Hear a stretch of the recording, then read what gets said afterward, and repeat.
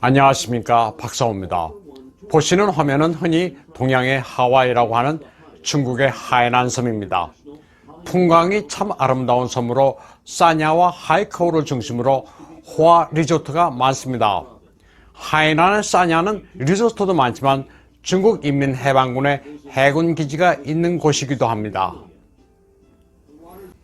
이곳도 우한 폐렴의 안전지대가 아닙니다.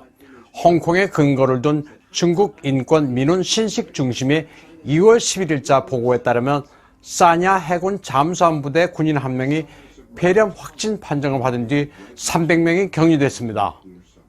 이에 따라 이달 계획된 핵 잠수함 훈련이 일시 정지됐습니다. 사냐의 인민해방군 총의원회는 3,000명이 감염 테스트를 할 수 있는 준비를 했으며 검사 대상은 앞으로 훈련에 나갈 잠수함 승조원이라고 합니다.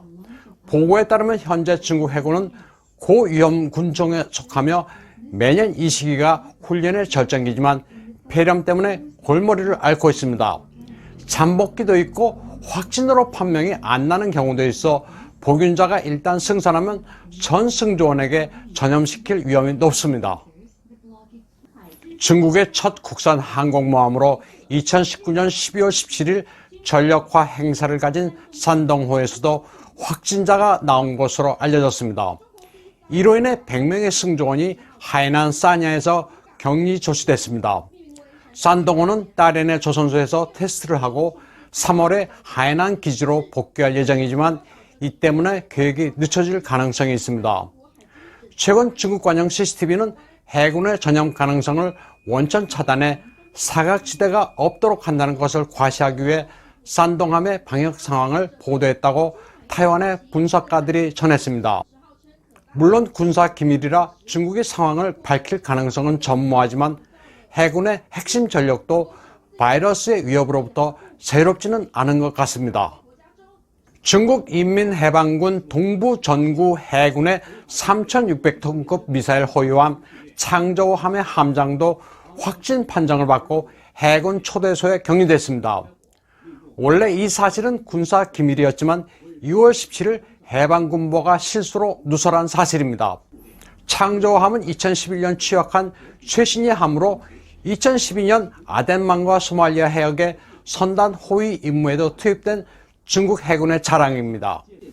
창저우함은 올해 초 1월 20일 동해에서 훈련을 하기 위해 180명의 승조원들이 고향에서 속속 복귀했는데 이 과정에서 바이러스가 퍼졌을 가능성이 큽니다.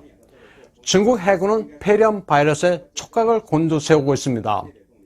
다이아몬드 프린세스 크루즈에서 보듯 많은 사람이 밀폐된 공간에서 생활하는 선박은 바이러스에 극도로 취약하기 때문입니다.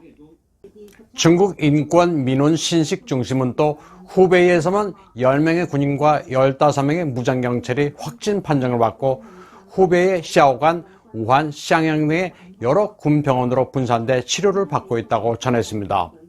내부 소식 등에 따르면 1,500명의 군인과 100명의 무장경찰이 격리됐습니다.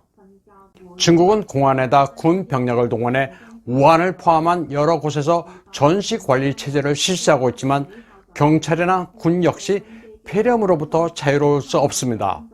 당의 명령에 충실하라고 교육받고 있는 군은 작전과 방역 두 마리 토끼를 모두 잡아야 한다면서 표면상으로는 별 문제가 없는 것처럼 보이지만 실제로는 상당히 타격을 받고 있을 가능성이 높습니다.